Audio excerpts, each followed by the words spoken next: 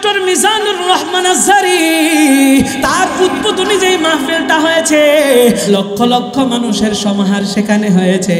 ও দুনিয়ার মানুষ রে, ওই পেকুয়ার ময়দানে প্রথম উদ্বোধনী বয়ান দিয়ায় মিজানুর রহমান আজহারী প্রমাণ করে দিয়েছেন এই দেশের মানুষ ডক্টর মিজানুর রহমান আজহারীকে মনে প্রাণে ভালোবাসে। কথা কোন ঠিক কিনা?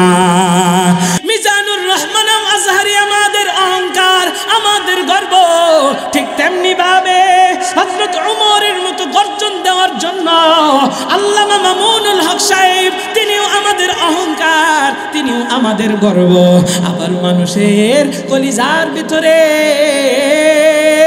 ঢুকে যাওয়ার মতো হৃদয় স্পর্শী বয়ান দিয়া, নরম সুরেলা বয়ান দিয়া মানুষের অন্তরটাকে গুনাহ মুক্ত করার জন্য, কোরআনের দিকে ধাবিত করার জন্য আমাদের মাওলানা হাফিজুর রহমান সিদ্দিকীরও দরকার আছে না নাই?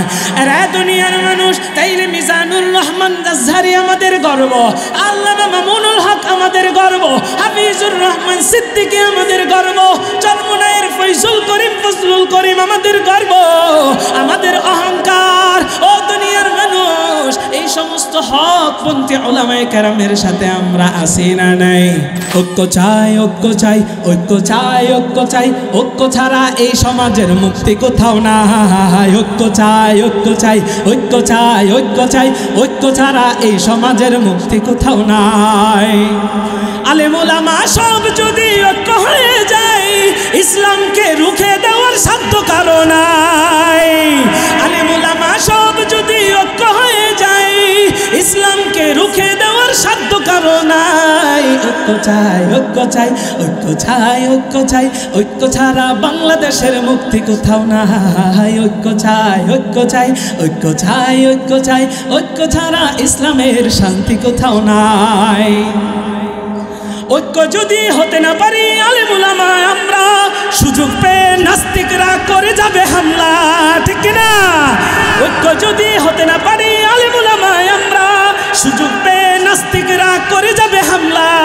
তাই তো আমি বলে যাব ঐক্যের জয়গান, তাই তো আমি বলে যাব ঐক্যের গুণগান। ঐক্য চাই, ঐক্য চাই, ঐক্য চাই, ঐক্য চাই, ঐক্য ছাড়া এই সমাজের শান্তি কোথাও নাই। ঐক্য চাই, ঐক্য চাই, ঐক্য ছাড়া এই সমাজের শান্তি কোথাও নাই। ঐক্য চাই, ঐক্য চাই, ঐক্য চাই, ঐক্য চাই, ঐক্য ছাড়া এই সমাজের শান্তি কোথাও নাই। কথা কোন ঠিক কিনা? এরে বাসনার মুসলমান কবির মনোযোগ, আজকে আমাদের জিহ্বাটাকে নিয়ন্ত্রণ করতেছি না। ও দুনিয়ার মানুষ রে, কিন্তু এই জিহ্বাটার বড় দাম। আমার আল্লাহ তাআলা এই জিহ্বাটাকে বড় দামি করে বানাইছেন। ও বাসনার মুসলমান, একটু দিলের কান লাগায়া শুনবেন। আল্লাহ তাআলা আপনাকে আমাকে দামি জবানটা দিয়েছেন, কথা বলার শক্তি দিয়েছেন। আল্লাহ চাইলে পারতেন আপনাকে আমাকে বোবা বানাইতে, আমি আপনি কিন্তু কথা বলতে নাও পারতাম। ও দুনিয়ার মানুষ, একটু জবাব দিয়ে জানা দেন, আল্লাহ আমাদেরকে বোবা বানাতে পারতেন নাকি পারতেন না? বোবা মানুষটা কথা বলতে জানে নাকি? আল্লাহ তাআলা নিয়ামত হিসেবে দিয়েছেন এই জিহ্বা। এই জিহ্বাটাকে আপনার আমার নিয়ন্ত্রণ করতে হবে। যাকে তাকে গালিগালাজ করা যাবে না, এই জিহ্বা দ্বারা খারাপ কথা বলা যাবে না। ও দুনিয়ার মানুষ রে, আল্লাহর নবী সরকারে দু আলম নবী হাদিসের ভিতরে জানায়া দেয়, মাইয়াজমাল লিমা বাইনা লিহওয়াইহি ওয়া মা বাইনা লিরজলাইহি আযমান লাহুল জান্নাহ। দুই জিনিস হেফাজতের গ্যারান্টি যদি তুমি আমাকে দিতে পারো, তাইলে আমি নবী তোমাদেরকে জান্নাতে নেওয়ার গ্যারান্টর হয়ে যাব। জোরে কন্না সুবহানাল্লাহ। আরে বাসনার মুসলমান, ও ধামরাইয়ের মুসলমান, আল্লাহর নবী বলেন দুই জিনিসের হেফাজতের গ্যারান্টি যদি আমি নবীরে দিতে পারো, আমি নবী তোমাদেরকে জান্নাতে নেওয়ার গ্যারান্টর হব। এক নাম্বার, মা বাইনা লিহওয়াইহি, এই দুই ঠোঁটের মধ্যবর্তী জায়গা মানে জিহ্বা, এই জিহ্বার হেফাজতের গ্যারান্টি যদি দিতে পারো।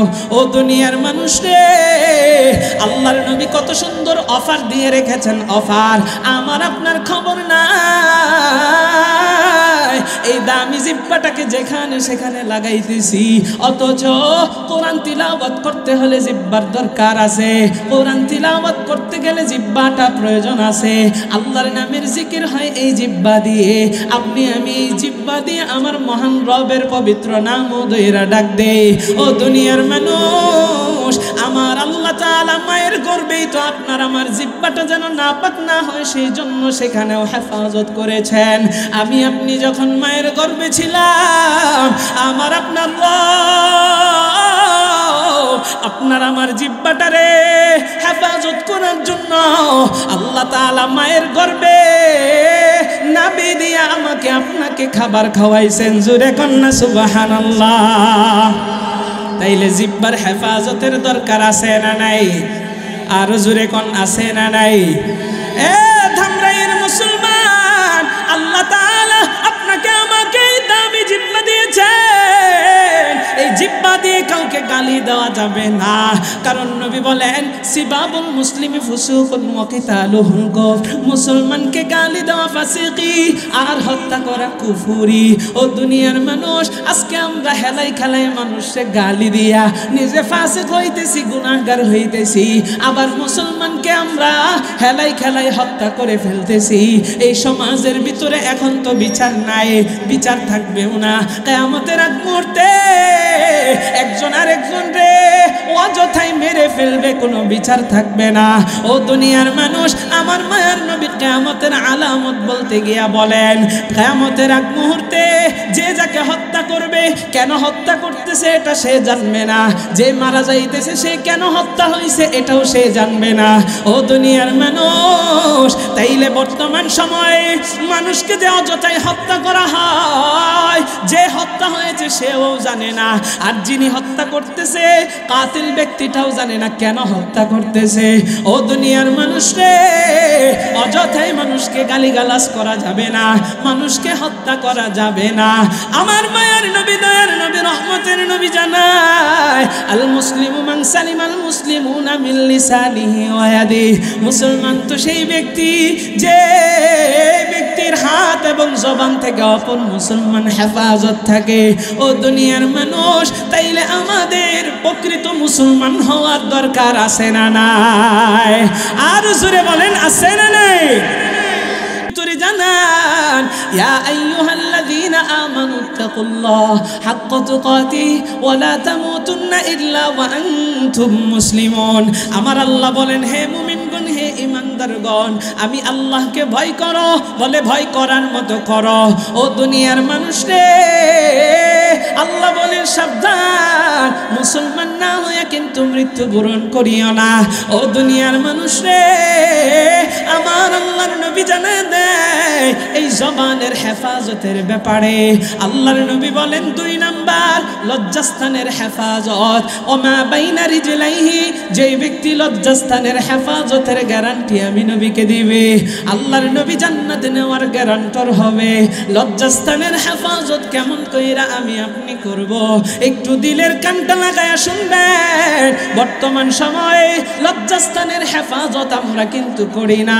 লজ্জাস্থানের হেফাজত করার জন্য আপনার ভিতরে ভয় থাকতে হবে একজনের, তিনি কে? ঈমানের পাওয়ার দিয়ে বলেন না তিনি কে? ধামরাইয়ের মুসলমান, লজ্জাস্থানের হেফাজত কেমন করে করবেন? আমার মায়ার নবী, দয়ার নবী জানা দেয়, লজ্জাস্থানের হেফাজত করা যায় আল্লাহর ভয় যদি অন্তরের ভিতরে থাকে, যেখানে সেখানে এটাকে ইউজ করা যাবে না। ও দুনিয়ার মানুষ, শুধু তাই নয়, গার্ডিয়ানদেরকে একটা মেসেজ দিয়া দেই, সন্তানের যদি এই বিষয়টা আপনারা খেয়াল করেন তাইলে আগে ভাগে বিয়ে করেন। কিন্তু দুঃখের বিষয়, সমাজের ভিতরে বিয়াকে আজকে কঠিন বানায়া ফেলছে আর জিনাকে সহজ বানায়া ফেলছে। কথা কোন ঠিক কিনা? সমাজের ভিতরে বিয়ারে কঠিন বানাইছে, জিনারে সহজ করছে। কয় বিয়া করলে অনেক টাকা খরচ হইব, টাকা কই পামু? অথচ নবীজির সুন্নাহ হচ্ছে, আদর্শ হচ্ছে, বিয়ের ভিতরে কম খরচ করো, বরকত সবচাইতে বেশি হয়ে যাবে। জোরে কোন সুবহানাল্লাহ। বিয়ের ভিতরে খরচ কম, বরকত বেশি। বিয়ের ভিতরে খরচ কম, ওই সংসার টিকবে কিয়ামত পর্যন্ত, মৃত্যু পর্যন্ত। বিয়ের ভিতরে খরচ কম, আল্লাহ যদি সহায় হয়, আরে দুনিয়ার কেউ তো তারে নামাইতে পারবে না। যদি বিয়ের ভিতরে আপনি শয়তানকে জায়গা না দেন, তাহলে আপনার বিয়েটা তো, আপনার সংসারটা তো এমনিতেই সুন্দর হয়ে যাবে।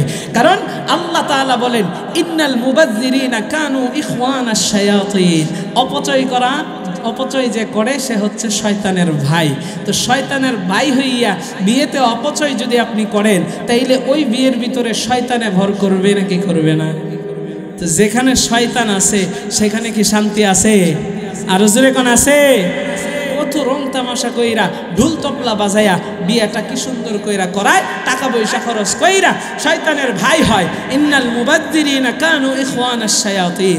শয়তানের ভাই হইয়া এইভাবে বিয়া শাদী করাইয়া পরে এই সংসারের ভিতরে শান্তি নাই, কিছুদিন পরেই বিয়া ভাঙ্গা যায়, তাদের ভিতরে তালাক হয়ে যায়। কথা কোন ঠিক কিনা? তাইলে বিয়াকে সহজ করার দরকার আছে না নাই? আরো জোরে কোন। আরে বাসনার মুসলমান, গভীর মনোযোগ। আল্লাহর নবী সরকারে দো আলম নবী হাদিসের ভিতরে জানায়া দিলেন, লজ্জাস্থানের হেফাজতের জন্য, এই জন্য বিয়া করাইবেন সন্তানদেরকে তাড়াতাড়ি। নিজের পায়ে অনেকেই দাঁড়ায়, আবার অনেক মা বাবা বলে সন্তান আমার বড় হোক, নিজের পায়ে দাঁড়াক, তারপর বিয়া শাদী করাইব। এদিক দিয়ে শয়তান এমন ধোঁকা দিছে, সন্তান আরেক সন্তানের বাবা হয়ে বসে আছে। কথা কোন ঠিক কিনা? আরে বাসনার মুসলমান, এই জন্য সন্তানের চরিত্র যদি ভালো করতে চান, তাইলে সন্তানকে তাড়াতাড়ি বিয়ের ব্যবস্থা করেন। ও দুনিয়ার মানুষ রে, আল্লাহর নবী জানায় দিলেন লজ্জাস্থানের হেফাজতের কথা। অপরদিকে আমার আল্লাহ কোরআনের আয়াত নাজিল করে জানায় দেয়, কুল্লিল মুমিনিনা ইয়াগুদ্দু মিন আবসারিহিম ওয়া ইয়াহফাযু ফুরুজাহুম। আল্লাহ বলেন, তোমরা তোমাদের দৃষ্টিকে অবনত রাখো, দৃষ্টির হেফাজত করো, চোখের হেফাজত করো। এরপরে আল্লাহ বলতেছেন লজ্জাস্থানের হেফাজত করো। ও দুনিয়ার মানুষ রে, আমার মায়ার নবী, দয়ার নবী, রহমতের নবী আপনাকে আমাকে এত সুন্দর অফার দিয়েছেন। নবী বলেন, মাইয়াজমাল্লি মা বাইনা লিহওয়াইহি ওয়া মা বাইনা রিজলাইহি আযমান লাহুল জান্নাহ। আল্লাহর নবী জানায় দিলেন, লজ্জাস্থান আর জবানের হেফাজতের গ্যারান্টি যদি তোমরা করতে পারো, আমি নবী আযমান লাহুল জান্নাহ, তোমাদেরকে জান্নাতে নেওয়ার গ্যারান্টর হয়ে গেলাম। জোরে কোন সুবহানাল্লাহ। এইজন্য চোখের হেফাজত, জিহ্বার হেফাজত, লজ্জাস্থানের হেফাজত করার দরকার আছে না নেই? আল্লাহ আমাদেরকে এগুলো হেফাজত করার তৌফিক দান করুক। জোরে বলেন আমিন। আর জোরে বলেন আমিন। সম্মানিত হাজিরিন, জবানকে চাইলে আমরা কেমনে হেফাজত করতে পারবো, এটা হইল কথা। জবানকে হেফাজত করার জন্য একমাত্র অন্তরের ভিতরে সর্বপ্রথম আল্লাহর ভয় করবেন, এরপরে কি বলতেছেন, কাকে কি বলতেছেন সেটা একটু নিয়ন্ত্রণ করবেন। দ্বিতীয় নম্বরে সবসময় চিন্তা করবেন যে আল্লাহ যদি আমার বোবা বানাইতো, কথা তো বলতে পারতাম না। আজকে এত দয়া করে আল্লাহ তাআলা আমাকে জিহ্বাটা দিছেন, তো সুতরাং আমার একটু এটার হেফাজতের দরকার। এরপরে সম্মানিত হাজিরিন, মানুষকে কষ্ট দেওয়ার বিষয়গুলো মাথার ভিতরে আনবেন। নবীর হাদিসগুলো যে আমি বললাম যে কাউকে গালি দেওয়া। দ্বিতীয় নাম্বার আরেকটা কথা আছে, আমরা যে এত মিথ্যা কথা বলি, গালি দিই, এগুলো কিন্তু মুনাফিকের আলামত। কিসের আলামত? মুনাফিক। আর মুনাফিক জাহান্নামের সর্বনিম্ন স্তরে থাকবে। জোরে কর নাউযুবিল্লাহ।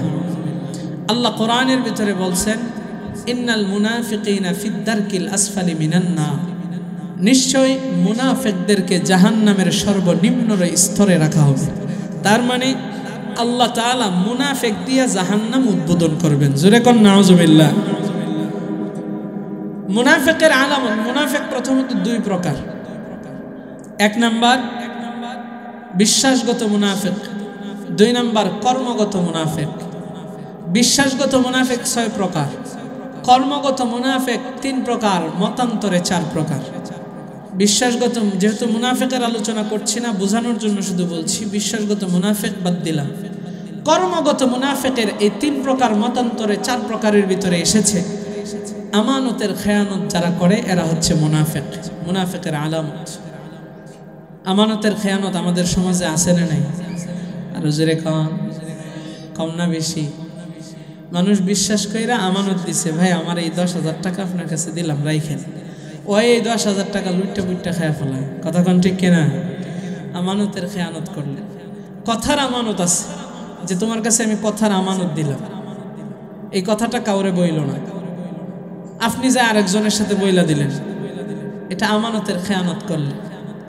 তবে একটা চমৎকার কথা মনে পড়েছে, আশরাফ আলী থানভী রহমতুল্লাহি আলাইহি তার কিতাবের ভিতরে লিখছেন, এমন কোন কথা কাউকে বলবা না যে এই কথাটা বলার পরে তাকে বলতে হয় যে এই কথাটা তুমি কারো কাছে বইলো না। দ্বিতীয় নাম্বার, ওয়াদা ভঙ্গ করা। ওয়াদা করলে ওয়াদা ভঙ্গ করে, এটাও মুনাফিকের আলামত। তৃতীয় নাম্বার, মিথ্যা কথা বলা। মতান্তরে চতুর্থ নাম্বার যেটা বলছিলাম, গালাগালি করা। তাহলে মিথ্যা কথা মানুষ বলে কি বলে না? আরো জোরে কান। মিথ্যা বললে মুনাফিক। আর মুনাফিকের শাস্তি, ইন্নাল মুনাফিকিন ফিদ দারকিল আসফালি মিনান নার। আল্লাহ কোরআনে হাকিমের ভিতরে জানায় দেয়, মুনাফিকের শাস্তি হবে জাহান্নামের সর্বনিম্ন স্তরে থাকবে। ও বাসনার মুসলমান, একটু হৃদয় দিয়া কথাগুলো বুঝবেন, একটু দিলের কানটা লাগায় শুনবেন, কি বুঝাইতে যাই বুঝার চেষ্টা করেন। আরে দুনিয়ার মানুষ রে, আজকে আমরা আমানতের খেয়ানত করি, ওয়াদা খেলাফ করি, অথচ আল্লাহ কোরআনে হাকিমে বলেন, ইয়া আইয়ুহাল্লাযীনা আমানু আউফু বিল উকুদ। আল্লাহ বলেন, তোমরা যারা চুক্তি করেছো তোমাদের চুক্তি পূরণ করো, ওয়াদা করেছো ওয়াদা খেলাফ করিও না, ভঙ্গ করিও না। ও দুনিয়ার মানুষ রে, আমরা হেলাই খেলাই আজকে মিথ্যা কথা বলি, অথচ প্রত্যেকটা বিষয় কিন্তু মুনাফিকের আলামত। মুনাফিককে আল্লাহ তাআলা জাহান্নামের নিম্ন স্তরে রাখবেন, মানে আল্লাহ তাআলা মুনাফিক দিয়ে জাহান্নামটা উদ্বোধন করবেন। নবী আমার জানা দেয়, আল মুনাফিকুনা আশাদ্দু খাত্তা মিনাল কাফিরিন। মুনাফিক কাফেরের চাইতেও ভয়ঙ্কর। একটু জোরে কন্না নাউযুবিল্লাহ। এরে দুনিয়ার মানুষ, গুনাহ আমাদেরকে সব দিক দিয়ে গ্রাস করে নিতেছে। জিহ্বার নিয়ন্ত্রণ নিয়ে কথা বলতেছিলাম, জিহ্বা আমাদের নিয়ন্ত্রণে রাখি না। আজকে যে যে কাউকে মনে চাই আমরা হেলাই খেলাই অপবাদ দিতেছি, যাকে মনে চাই গালি গালাজ করতেছি, যার সামনে মনে হয় বেয়াদবিমূলক কথা বলতেছি, এমনকি হিংসাত্মমূলকভাবে একজনকে ঘায়েল করার জন্য গীবত করতেছি। একটু জবাব দিয়া জানায় দিবেন, আমাদের সমাজে এই সমস্ত গুনাহের কাজ মানুষ করে কি করে না? তালে তালে জবাবটা দিয়া করে কি করে না? আরে ধামরাইয়ের মুসলমান, আমি বলতেছিলাম, দেখেন জিহ্বার নিয়ন্ত্রণ আমাদের কাছে নাই। হিংসাত্মক মনোভাব নিয়ে অনেকে আমরা উল্টাপাল্টা কথা পর্যন্ত বলে ফেলি। ও দুনিয়ার মানুষ রে, আরেকটা কথা মনে পড়ে গিয়েছে, বলে দে। এই তো আজকে দেখলাম একটা ভিডিওর ভিতরে নামদারি এক সুন্নি, যেই ব্যক্তিটা নিজেকে আলেম দাবি করে কিন্তু মানুষকে হিংসাত্মকভাবে ঘায়েল করার জন্য সে কারবালার ময়দান দিয়ে একটা উদাহরণ দিচ্ছিল, দলিল দিচ্ছিল। নামদারি সুন্নি সে দলিল দিচ্ছিল কারবালার ময়দানে যারা হুসাইন রাদিয়াল্লাহু আনহুর উপরে আক্রমণ করেছিল, ও আমার মায়ার নবীর দৌহিত্র হযরতে হুসাইন কারবালার প্রান্তরে তাকে যে নির্মমভাবে শহীদ করা হয়েছে ইয়াজিদের বাহিনী, সেই বাহিনী ছিল 22,000, হযরতে হুসাইন ছিল মাত্র 72 জন। এই দলিল দিয়া বুঝাইতে চায়, আমরা তো মনে প্রাণে বিশ্বাস করি হযরতে হুসাইন অবশ্যই হকের পথে ছিলেন, কিন্তু হিংসাত্মক মনোভাব নিয়ে এই নামদারি সুন্নি বলে কারবালার ময়দানে ইয়াজিদ বাহিনী 22,000 ছিল, হুসাইন বাহিনী 72 জন ছিল।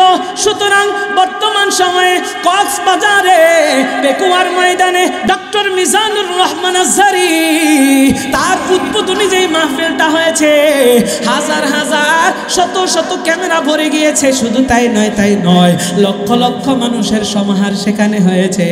কিন্তু এই নামদারি সুন্নি হিংসাত্মক মনোভাব নিয়া সে দলিল দেয় কারবালার ময়দানে ইমাম হুসাইনের সৈন্য সংখ্যা কম ছিল, লোক সংখ্যা কম ছিল, তারা ছিল হক, আর ওই সমস্ত বাতিল পন্থীরা ছিল বেশি, ইয়াজিদের বাহিনীরা ছিল বেশি, সুতরাং তারা বাতিল। এই কথা বইলা মিজানুর রহমান আজহারীর এই লক্ষ লক্ষ সমাবেশটাকে সে বাতিল বলে ঘোষণা করলো। জোরে কন্যা নাউজুবিল্লাহ। এরা দুনিয়ার মানুষ রে, বিভ্রান্ত হওয়ার কোনো কারণ নাই। এই দেশে নামদারি সুন্নি আর মাজার পূজারীদেরকে মানুষ ভালো মতোই চিনে ফেলেছে।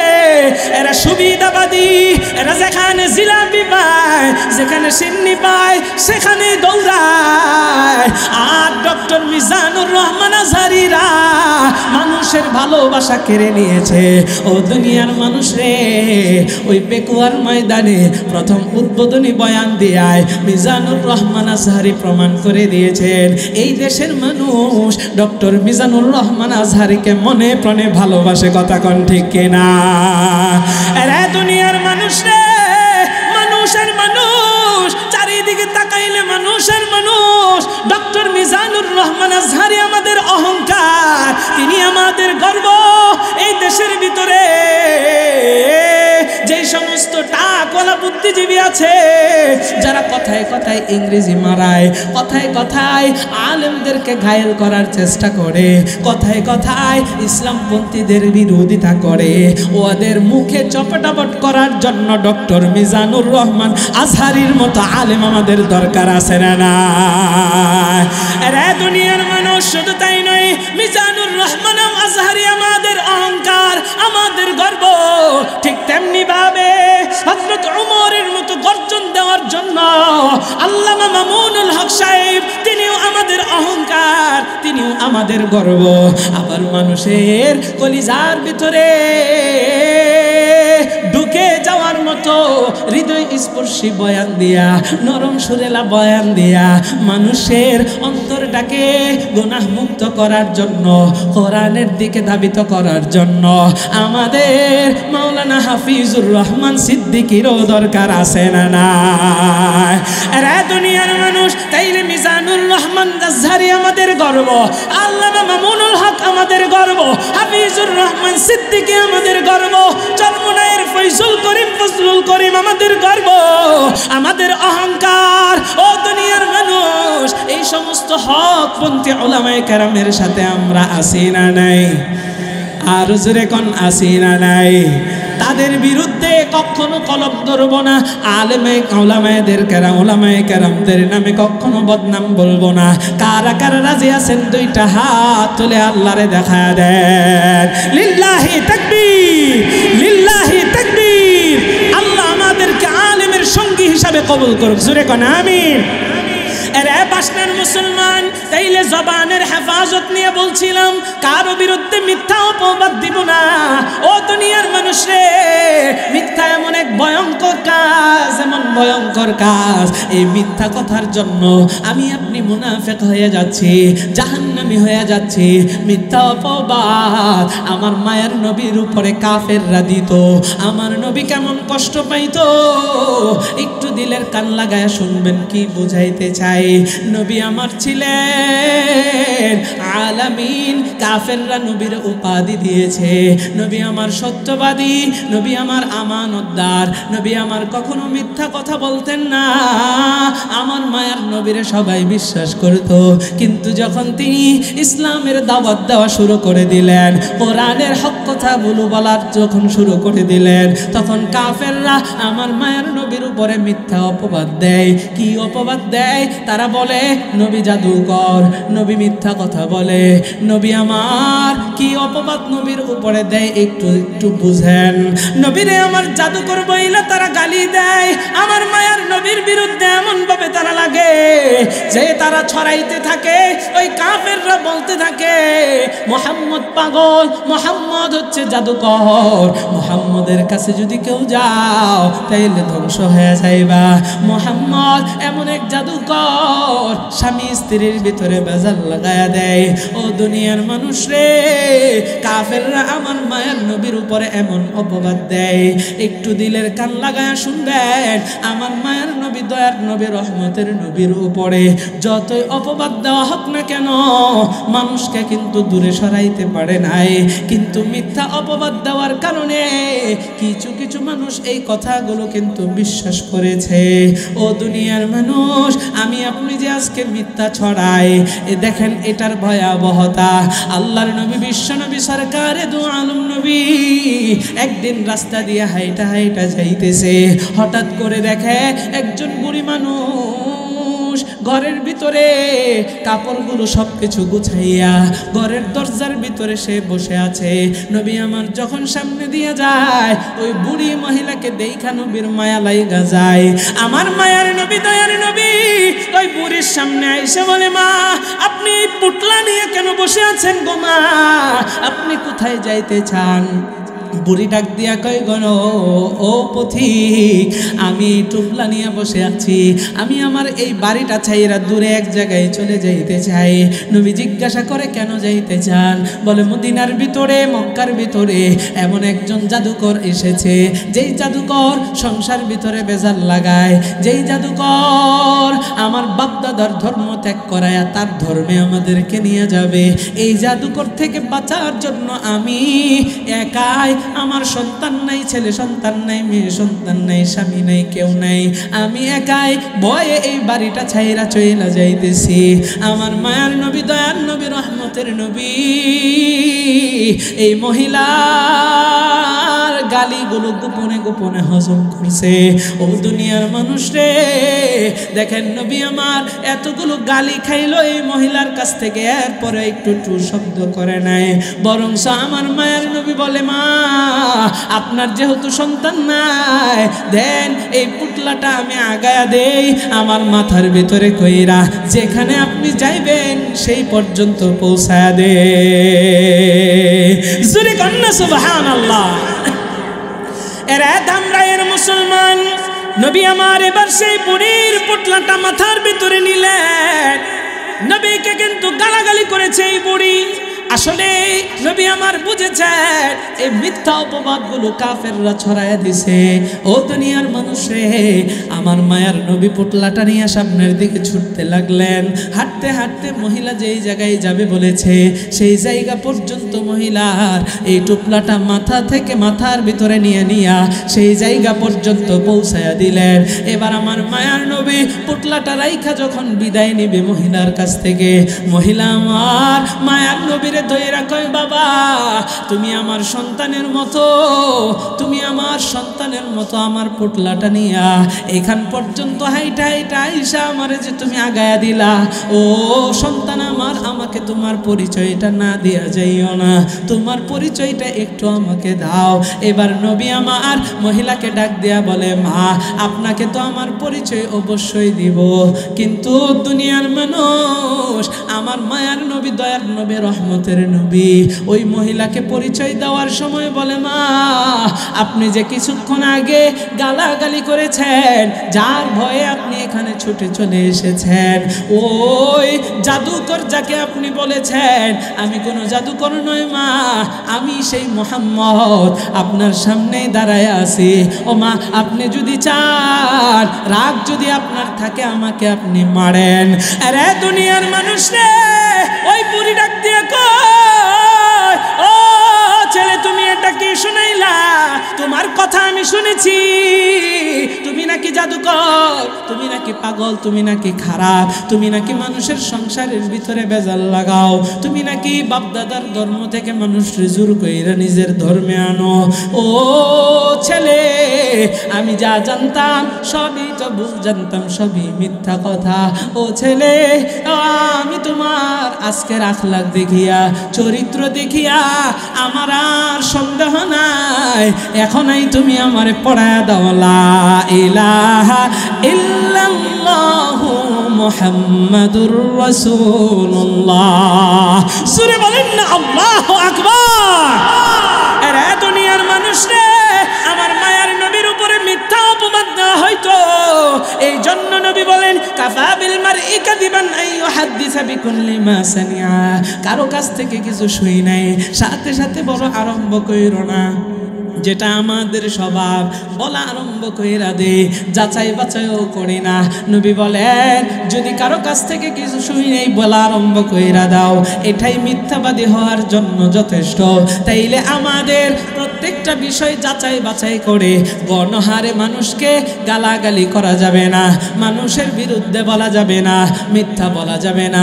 নিজেকে মিথ্যা থেকে বাঁচানোর দরকার আছে না নাই? দুই জিনিস হেফাজতের কথা নবীজি বলেছেন। তাইলে আমাদের জবান এবং আমাদের লজ্জাস্থান হেফাজত আমরা করব।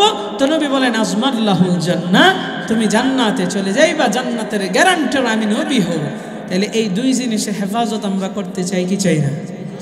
আপনাদের আওয়াজে কয় যে না, চান না, চাই কি চাই না? এখন একটা মনের ভিতরে লজ্জাস্থান, এগুলোর হেফাজত তুজুর করতে পারি নাই, গুনাহ হয়ে গেছে, এখন কি করব? করেনি, এটা কি? নিরাশ হওয়ার কোনো কারণ নাই, নিরাশ হওয়ার কোনো কারণ নাই। নিরাশ হইতে নিষেধ করেছেন একজন, তিনি কে? কিন্তু মানুষ নিরাশ হয়ে যায়। এই বাচ্চারা বসো, মানুষ নিরাশ হয়ে যায়। আমার দিকে তাকান, আবার বাচ্চার দিকে তাইছে আমার দিকে। মানুষ নিরাশ হয়ে যায়। নিরাশ হয়ে কি বলে দেখেন, কয় আল্লাহ আমার কথা শুনতো না, আমি যে গুনাহগার, আমার কথা কি শুনবো? দেখেন এই কথাটা কখন বলে, আমাদের সাথেও বলে। অনেক সময় মানুষ আমাদের সাথে মুসাফাহা করে, মুসাফাহা করার পরে বলে হুজুর একটু দোয়া করেন, কাজ করেন। আমরা বলি হ্যাঁ, আমি আমার কথা বলি, আমি বলি ঠিক আছে ফি আমানিল্লাহ, অবশ্যই দোয়া করব, আপনিও আমার জন্য দোয়া করেন।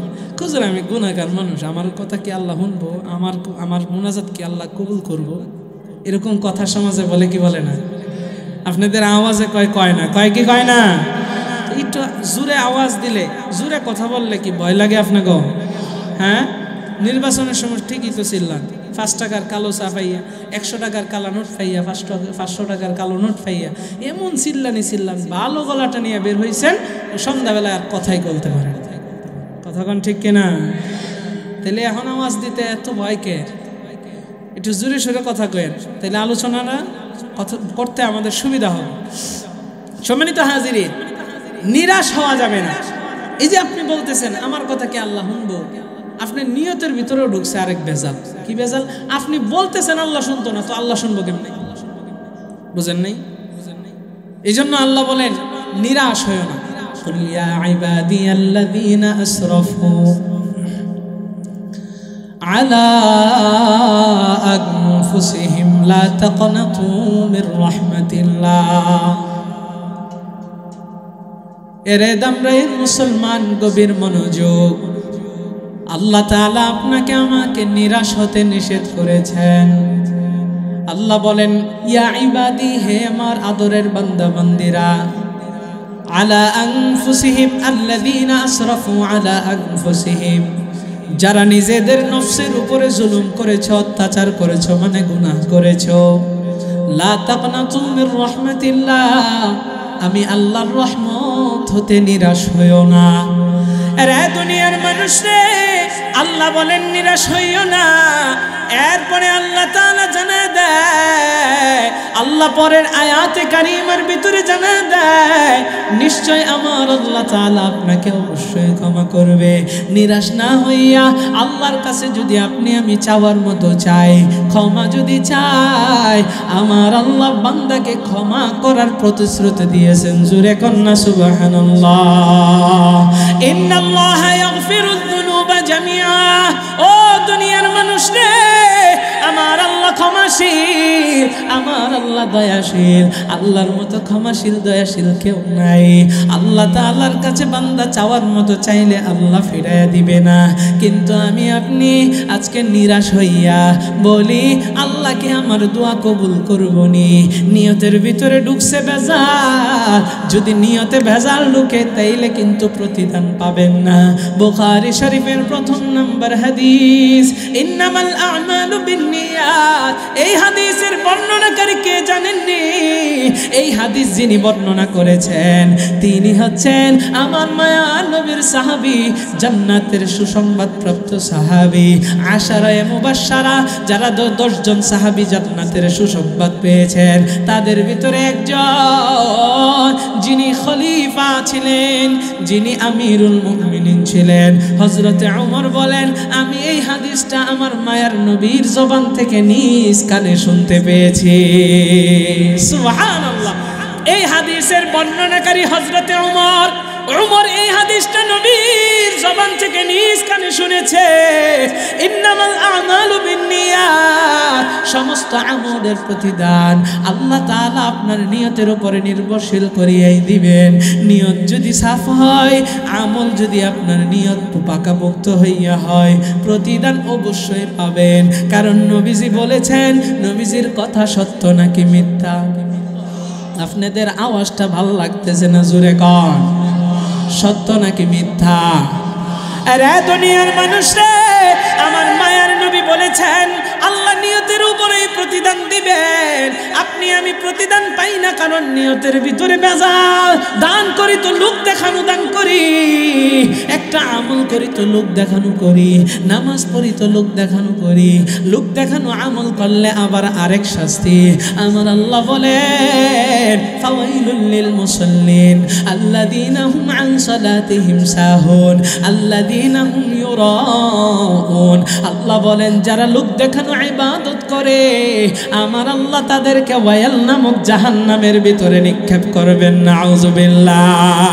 এরে দুনিয়ার মানুষ রে, আমার আলোচনা দেখি এক এক দিকে শাখা বের হয়ে যায়, তাইলে আমি আমার মূল আলোচনা যেদিকে যাচ্ছে ওদিকেই যাই। আল্লাহর নবী বলেন নিয়ত সাফ রাখার জন্য নিয়তে ভেজাল ঢোকানো যাবে না। তাইলে এখন থেকে যেই আমলটাই করব নিয়ত যদি সাফ হয় আমার আল্লাহ অবশ্যই প্রতিদান দিবেন। আল্লাহ যদি প্রতিদান না দেয় তাইলে নবীর কথা মিথ্যা হয়ে যাবে। নবীর কথাটা মিথ্যা হোক এটা কিন্তু আমার আল্লাহ কোনোদিনও চাবে না। ও দুনিয়ার মানুষরে, প্রত্যেকটা কাজ আল্লাহর জন্য করব, নিয়ত সাফ রাখার দরকার আছে না নাই? তাইলে ধরেন এখন এই নিয়ত আমাদের সাফ হয়ে গেছে, এখন থেকে যে আমল করব নিয়ত সাফ করে করব। এবার আসেন নিয়ত সাফ কইরা আমলটা করলেন আল্লাহ প্রতিদান দিবেন। এবার আল্লাহ প্রতিদান দেওয়ার 3টা পদ্ধতি আছে, একটু তালে তালে জবাব দিয়া জানা দেন আমার আল্লাহ প্রতিদান দিবেন কয়টা পদ্ধতিতে? আর জোরে, পদ্ধতি কয়টা? জোর হলো না, আরো জোরে, আরো জোরে। আল্লাহ 3 পদ্ধতিতে আপনাকে আমাকে প্রতিদান দিবেন। 1 নাম্বার পদ্ধতি, নিয়ত সাফ কইরা যখন একটা আমল করবেন বা আল্লাহর কাছে কিছু চাইবেন, আমার আল্লাহ আপনার মঙ্গল হলে আল্লাহ সাথে সাথে আপনাকে প্রতিদান দিয়ে দিবেন। জোরে কোন সুবহানাল্লাহ। আরে বাসনাবাসী, এবার 2 নাম্বার প্রতিদান আমার আল্লাহ তাআলা দিবেন কেমনে? পদ্ধতিটা কি? আল্লাহর কাছে আপনি কিছু চাইলেন, আল্লাহ বান্দার কল্যাণ চাইলে 1 বছর পরে দিবেন, 1 মাস পরে দিবেন, 2 বছর পরে দিবেন, 5 বছর পরে দিবেন। কারণ আপনার আমার কল্যাণের খবর জানেন কে? আরো জোরে, আমার আল্লাহ আপনার কল্যাণের খবর যাই না, মৃত্যুর আগে যে কোনো সময় আপনাকে প্রতিদানটা দিয়া দিবেন। জোরে কোন সুবহানাল্লাহ।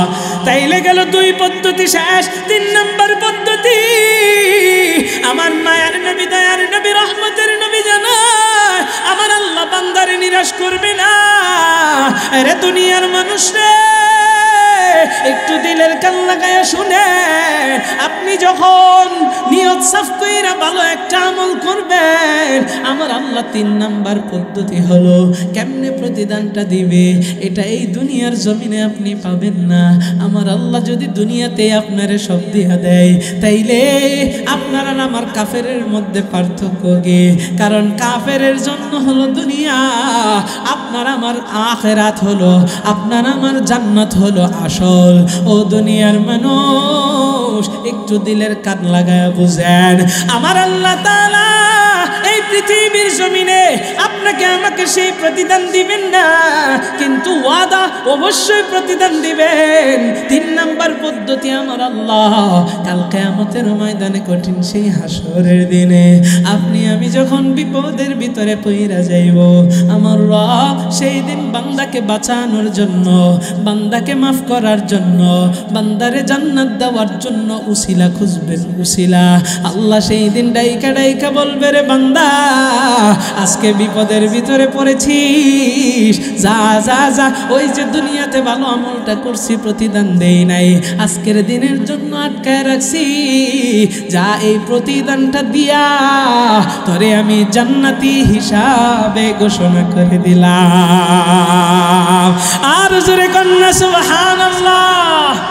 এ দুনিয়ার মানুষ রে, একটু দিলের কান লাগান, তাইলে যা কিছু করব সব কিছু একজনের জন্য করব, তিনি কে? যা কিছু করব মনের ভিতরে একজনের জন্য ভয় রাখবো, তিনি কে? আরো জোরে বলেন। যাদের হৃদয়ের ভিতরে ভয় থাকবে আল্লাহর, ওরা কোনোদিনও কিন্তু পথভ্রষ্ট হবে না, লাঞ্ছিত হবে না, অপমানিত হবে না। এই জন্য হৃদয়ের ভিতরে একজনের ভয় রাখতে হবে, ইমানের পাওয়ার দিয়া। এই বাসনার এলাকাটা একটু কাঁপায়া দেন, বলেন না তিনি কে? যাদের হৃদয়ে আছে আল্লাহর ভয়, তারা কবু পথ ভুলে যায় না। আল্লাহর প্রেম ছাড়া এই দুনিয়ায় কারো কাছে কোনো কিছু যায় না। যাদের হৃদয়ে আছে আল্লাহর ভয়, তারা কবু পথ ভুলে যায় না। আল্লাহর প্রেম ছাড়া এই দুনিয়ায় কারো কাছে কোনো কিছু চাই না। রাতের আধারে যারা সিজদাতে রয়, দু চোখের অশ্রুতে নদী যেন বয়। রাতের আধারে যারা সিজদাতে রয়, দু চোখের অশ্রুতে নদী যেন বয়। ছলনার হাছানি যতই আসুক, ছলনার হাছানি যতই ডাকুক, পিছনে ফিরেও সে তাকায় না। আল্লাহর প্রেম ছাড়া হে দুনিয়ায় কারো কাছে কোনো কিছু চাই না। যাদের হৃদয়ে আছে আল্লাহর ভয়, তারা কবু পথ ভুলে যায় না। আল্লাহর প্রেম ছাড়া হে দুনিয়ায় কারো কাছে কোনো কিছু চাই না। হেরার আলোতে যার হৃদয় রঙিন, হাতে আল কোরআনের দীপ্ত সঙ্গীন। হেরার আলোতে যার হৃদয় রঙিন, হাতে আল কোরআনের দীপ্ত সঙ্গীন। সত্যের পথে যারা থাকে অবিচল, সত্যের পথে যারা থাকে অবিচল, শত্রুকে কবু ভয় পায় না। আল্লাহর প্রেম ছাড়া হে দুনিয়ায় কারো কাছে কোনো কিছু চাই না। যাদের হৃদয়ে আছে আল্লাহর ভয়, তারা কবু পথ ভুলে যায় না। আল্লাহর প্রেম ছাড়া হে দুনিয়ায় কারো কাছে কোনো কিছু চাই না। সব সময় ভয় রাখতে হবে একজনের, তিনি কে? এরা আমরা এর মুসলমান, একটু দিলের কান লাগায় শুনবেন আর বুঝবেন, আপনি আমি আমার আল্লাহর কাছ থেকে নিরাশ হওয়া যাবে না। ও দুনিয়ার মানুষ রে, আল্লাহর ভয় নিয়ে চলবেন। যে আমলটা সামনে আসবে সেই আমলের দিকে ধাবিত হবেন। যে আমলটা সামনে আসবে ওই আমলটাই করার চেষ্টা করবেন। আমলটা যদি ছোট হয় ওই আমলটা ছাড়বেন না, আর গুনাহটা যদি ছোট হয় ওই গুনাহটা করবেন না। আবারও বলছি, আমলটা যদি ছোট হয় ছাড়বেন না, গুনাহটা যদি ছোট হয় করবেন না। ও দুনিয়ার মানুষ রে, গুনাহ করা যাবে না, আঙ্গুল ছাড়া যাবে না। একটু দিলের কান লাগায়া বুঝেন, তাইলে জবানের হেফাজত, চোখের হেফাজত, লজ্জাস্থানের হেফাজত, এরপরে আল্লাহর কাছ থেকে নিরাশ হবেন না। যে কোনো আমলের ডাক যদি আসে, আমলের ডাক দেওয়া পাওয়ার সাথে সাথে ওই আমলের দিকে ঝাঁপায় পড়ার জন্য আমরা প্রস্তুত আছি না নাই? আরে দুনিয়ার মানুষ, আমার আল্লাহ কোরআনে হাকিমের ভিতরে জানায়, আল্লাযীনা ইউনফিকুনা ফিস সাররাই ওয়াদ দাররাই ওয়াল কাযিমিন। আরো কিছু বিষয় জানা দে, আমার আল্লাহ তাআলা বলেন, যারা সচ্ছল এবং যারা অসচ্ছল সর্ব অবস্থায় আল্লাহর পথে খরচ করে। ও দুনিয়ার মানুষ, আল্লাহ তিনটা কথা বললেন, ওয়াল কাযিমিনিল গায়জ। আল্লাহ বলেন যারা রাগকে নিয়ন্ত্রণ করে, দমন করে। আবারও বলছি, যারা রাগকে নিয়ন্ত্রণ করে, দমন করে। এরপরে আল্লাহ বলেন ওয়াল আফিনা আনিন নাস, যারা মানুষকে ক্ষমা কইরা দেয়। আল্লাহ বলেন ওয়াল্লাহু ইউহিব্বুল মুহসিনিন, এই সমস্ত সৎ লোকদেরকে আমি আল্লাহ অনেক বেশি ভালোবাসি। সুবহানাল্লাহর জোর নাই, আর জোরে কোন সুবহানাল্লাহ। তাইলে আল্লাহ এক নাম্বার বললেন আল্লাযীনা ইউনফিকুনা ফিস সাররাই ওয়াদ দাররাই ওয়াল কাযিমিন, যারা সচ্ছল এবং অসচ্ছল। আল্লাহ শুধু সচ্ছলদেরকে বলেন নাই, অসচ্ছল যারা তাদেরকেও বলেছে। সচ্ছল এবং অসচ্ছল সর্ব অবস্থায় আল্লাহর পথে খরচ করে। ডাক আসছে, খরচের জন্য ঝাঁপায়া পড়ে। এরপরে আল্লাহ বলেন ওয়াল কাযিমিনাল গায়জ, রাগকে নিয়ন্ত্রণ করে, দমন করে। আমাদের অনেক সময় প্রচুর রাগ ওঠে, এই রাগটাকে আল্লাহ বলেন যারা দমন করে, নিয়ন্ত্রণ করে। রাগ দমন করার একটা সুন্নত তরিকা আছে, বলে দেব নাকি? আরে জোরে কয় না। যদি খাড়ানো অবস্থায় রাগ ওঠে, নবী বলেন বসে যাও। যদি বসা অবস্থায়ও রাগ নিয়ন্ত্রণ হয় না, বসা অবস্থায় রাগ উঠেছে, কি করবা? নবী কয় শুয়ে যাও। শোয়াকালীন সময়ও তোমার রাগ নিয়ন্ত্রণ হয় না, রাগটা আছে শয়তান থেকে। রাগের মাথায় শয়তান এমন এমন ধোঁকা দেয়, মানুষকে পর্যন্ত হত্যা করে ফেলে। এই জন্য নবী কয় দাঁড়ানো আছো, বৈশা যাও, বৈশা আছো, শুয়ে যাও। শোয়ার পরেও রাগ কমে না, যাও যাইয়া গোসল করো। জোরে কন্যা সুবহানাল্লাহ। আরে দুনিয়ার মানুষ, রাগ নিয়ন্ত্রণ। এরপরে নবী বলেন ওয়াল আফিনা আনিন নাস, মানুষকে যারা ক্ষমা করে দেয়। আপনার সাথে একজন একটা খারাপ ব্যবহার করছে, ক্ষমা কইরা দেন। আপনাকে একজন গালি দিছে, ক্ষমা কইরা দেন। আপনার উপর আপনার একটু রাগ উঠছে, ক্ষমা কইরা দেন। মানুষকে যারা ক্ষমা কইরা দেয়, আল্লাহ এই তিন শ্রেণী ব্যক্তির কথা বলেন ওয়াল আফিনা আনিন নাস।